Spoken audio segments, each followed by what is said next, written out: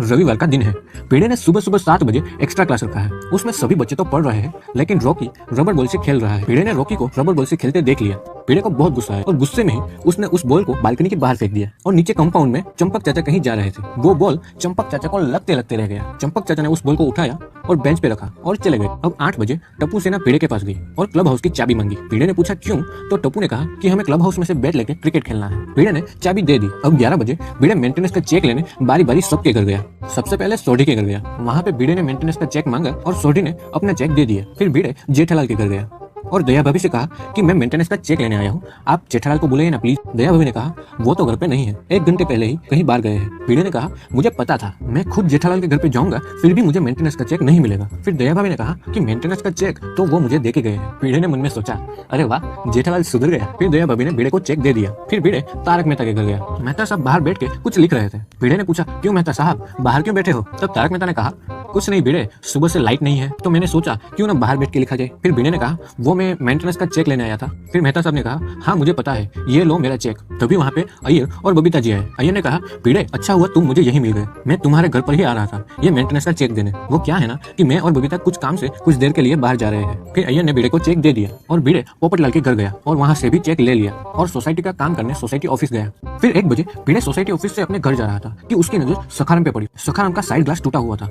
भिड़े ने तुरंत ही सबको बुलाया और सब कंपाउंड में आ गए और तभी टप्पू सेना भी शॉपिंग करके आई। भिड़े ने सबसे पूछा कि मेरे सखाराम का कांच किसने तोड़ा। किसी ने कोई जवाब नहीं दिया। पर मेहता साहब ने कहा कि 11 बजे से मैं यहीं बैठा हूँ, मेरे सामने तो ये कांच नहीं टूटा, तो ये कांच जरूर 11 बजे से पहले ही टूटा होगा। फिर भिड़े ने सबसे पूछा कि 10 से 11 के बीच सब लोग क्या कर रहे थे। मेहता साहब ने कहा कि तुम्हें तो पता ही है भिड़े, कल पूरी सोसाइटी देर से सोई थी इसलिए सब देर से उठे हैं। 10 बजे तो मैं ब्रेकफास्ट कर रहा था। अंजलि भाभी ने कहा कि मैं भी ब्रेकफास्ट कर रही थी। जेठालाल ने कहा मैं भी नाश्ता कर रहा था। सोढ़ी ने कहा अरे वाह मैं भी नाश्ता कर रहा था। दया भाभी ने कहा मैं भी नाश्ता कर रही थी और रोशन भाभी ने कहा कि मैं भी नाश्ता कर रही थी। यानी कि पूरा तारक परिवार, सोढ़ी परिवार और गड़ा परिवार सब नाश्ता ही कर रहे थे। फिर अय्यर ने कहा मैंने तो पहले ही नाश्ता कर लिया इसलिए मैं बुक पढ़ रहा था। बबीता जी ने कहा कि मैं घर के काम कर रही थी। पोपटलाल ने कहा कि मैंने तो अपना नाश्ता खुद बनाया और फिर खाया। और टप्पू सेना ने कहा कि हम तो सुबह से शॉपिंग कर रहे थे, अभी अभी आपके सामने ही आए हैं। भिड़े ने सबकी बात सुनी और फिर भिड़े को पता चल गया कि कौन झूठ बोल रहा है। क्या आपको पता चला? अपना आंसर जल्दी से कमेंट करके हमें बताइए।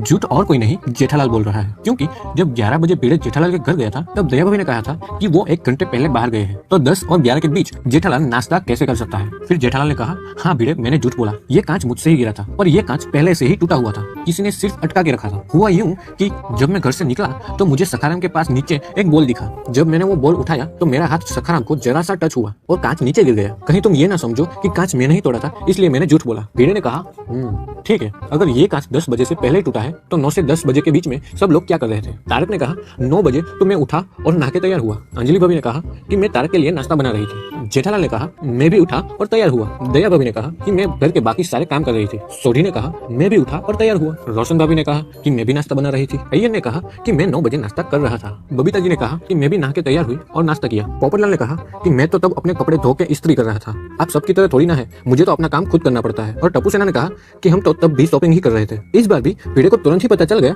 कि झूठ कौन बोल रहा है। आपको क्या लगता है इस बार झूठ कौन बोल रहा है? अपना आंसर कमेंट करके जरूर बताइए।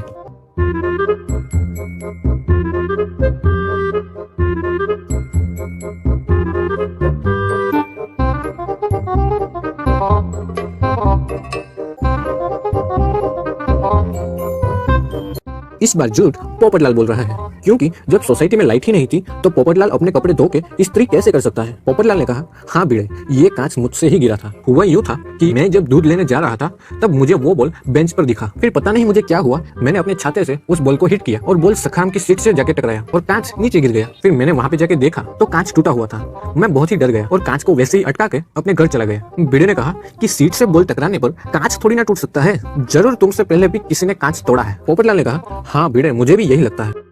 भिड़े ने फिर से सबसे पूछा कि 8 से 9 बजे के बीच में सब क्या कर रहे थे। तारक ने कहा मैं तो सो रहा था। सोढ़ी ने कहा मैं भी सो रहा था। अय्यर ने कहा, मैं और बबीता जॉगिंग करने गार्डन गए थे। जेठालाल ने कहा कि मैं तो सो रहा था। दया भाभी ने कहा, मैं नाश्ता बना रही थी। पोपटलाल ने कहा, मैं उठा और तैयार हो रहा था। टप्पू सेना ने कहा कि हम तो तब भी शॉपिंग कर रहे थे। रोशन भाभी और अंजलि भाभी ने कहा कि हम उठे और तैयार हुए। सबकी बात सुनकर भिड़े को तो तुरंत ही पता चल गया कि झूठ कौन बोल रहा है। क्या आपको पता चला?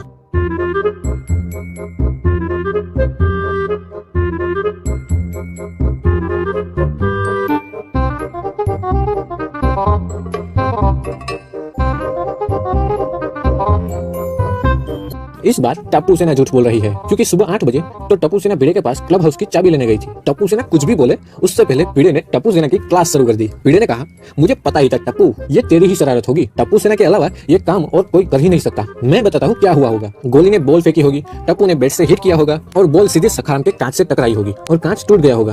क्यों? यही हुआ था ना। टप्पू सेना कुछ भी बोले उससे पहले चंपक चाचा वहाँ पे आ गए। चंपक चाचा ने सब सुना और फिर बोला कि टप्पू सेना से पहले, यानी कि सबसे पहले ये कांच किसी ने तोड़ा है। सब लोग चंपक चाचा की तरफ ऐसे देख रहे थे जैसे कि चंपक चाचा ने ही वो कांच तोड़ा हो। उन सबको तो नहीं पता, पर आपको तो पता है ना कि नहीं पता कि सबसे पहले कांच किसने तोड़ा। जल्दी से कमेंट करके बताइए।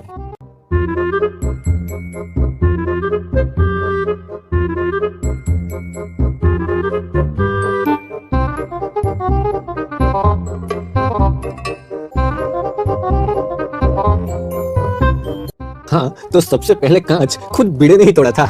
जब उसने वो बॉल बालकनी से बाहर फेंकी थी तब वो बॉल सीधे सखाराम के कांच से लगी और वो सिर्फ चंपक चाचा ने ही देखा था। So guys,